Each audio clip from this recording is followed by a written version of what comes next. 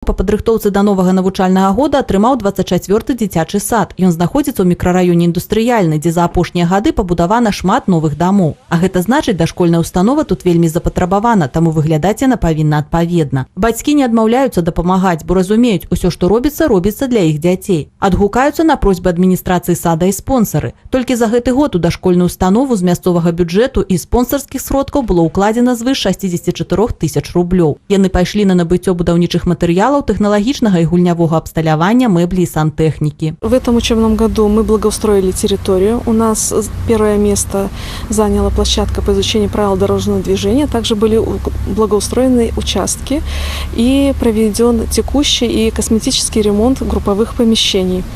Конечно же, больших ремонтов невозможно сделать без помощи законных представителей, сотрудников и шефствующих организаций. Мы очень благодарны ОАО «Стройвектору» Петерсу Виктору Петровичу, ПМК 169 Каховцу Евгению Николаевичу, Лидостройматериалы Мутиловичу Андрею Альфредовичу и, конечно, ПМК 170 Богуславскому Владиславу Яновичу и ДСПМК 72 Ростиславу Николаевичу Валяку. Не было ў членаў камісіі заўваг і да дакументацыі 24-го дзіцячага сада. І гадавы планы педагогаў і дыдактычныя матэрыялы і дапаможнікі адпавядаюць тут усім патрабаванням. Дарэчы, падрыхтоўка да адукацыйнага працэсу – адзін з важных момантаў праверкі навучальных устаноў у жніўні.